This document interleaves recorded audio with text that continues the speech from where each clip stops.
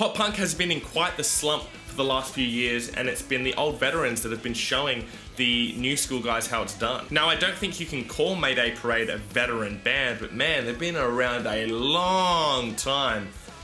Much longer than a lot of people might have anticipated. The last time we saw Mayday Parade was on their 2015 record Black Lions, which for me was easily their worst record to date. And now Mayday Parade are back with their 6th studio record, Sunnyland, and while it is a step up from Black Lions, it's not much more than that. I've always argued that Mayday Parade's best songs are their ballads or softer leaning songs. Songs like Miserable at Best and 12 through 15 have had an emotional core that has come across a lot better than some of their faster, more pacey songs. But on Sunnyland, I can no longer make that argument because it's the softer leaning tracks that really drag this record down and leave you rolling your eyes. As soon as you find yourself getting into the groove of this record, a softer song comes in that is usually led by an acoustic guitar. It stops the record in its tracks and leaves you in this cringeworthy state for its entire duration. The record is 13 tracks long and 5 of those songs are acoustically led. And the record ends with 2 acoustic tracks. Like, fuck me, pick one. This record could easily be 10 tracks long. Fuck it, even 9, but it's 13. And because it's so long,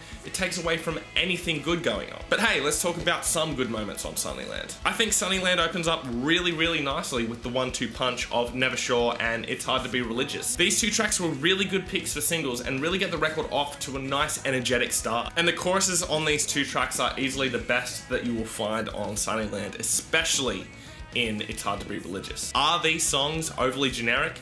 Yes, but that's kind of what you expect from this band, and I'll give them a few compliments when they do it to a decent standard. Stay the Same also has a really cool groove that drives its way throughout the track, and the picked guitars really put a darker tonality to the song. And out of all the acoustic tracks found on this record, I think the title track Sunnyland is easily the best. I just think that the chorus allows Derek Sanders to put across a bit more emotion than any other song on the record. Vocally, I have a lot of issues with Sunnyland, and a lot of those issues come through the production job. Firstly, the vocals have been tuned so damn heavily that it's incredibly noticeable, especially when everything gets stripped away for those acoustic tracks. Now, there is tuning on every major release now, but Jesus Christ, just try and hide it a little bit. I do like to imagine myself listening to a human singing these songs instead of a computer. And something else that is very noticeable, especially in those softer tracks, is this very sibilant reverb that is used.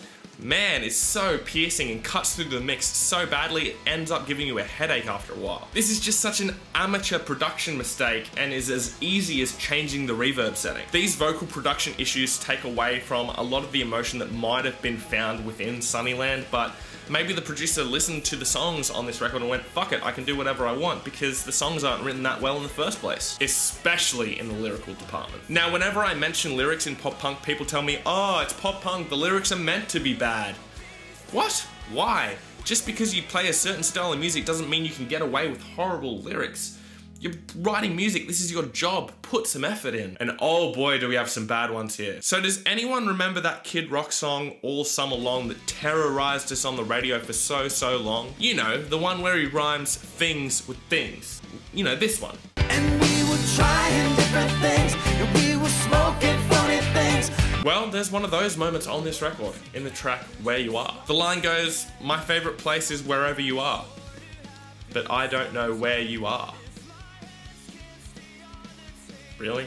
That has got to be one of the laziest lyrical moments of the year. And if that's not enough, we've got one of the cringiest lyrical moments of the year within the track Piece of Your Heart. In this track, Derek sings, I've got a piece of your heart, but I want the whole damn thing.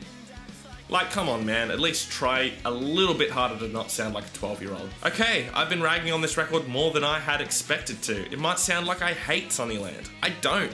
There are some decent moments, but that's all they are. Fleeting moments that are brought down by cliches and crappy lyrics, polished with a crappy production job. These types of bands are gonna start disappearing over the next few years because I feel like people are starting to get jaded. And you see it in the crowds turning up to shows and the views on new music videos. But hey, for Mayday Parade diehards, there are moments here that they are gonna find a lot of love for. But for anyone who likes something a bit deeper or artistic in their music, there isn't much to find here. And that's all I've got for you guys. Make sure you follow me on all my social medias in the description, and I'll see you guys next time.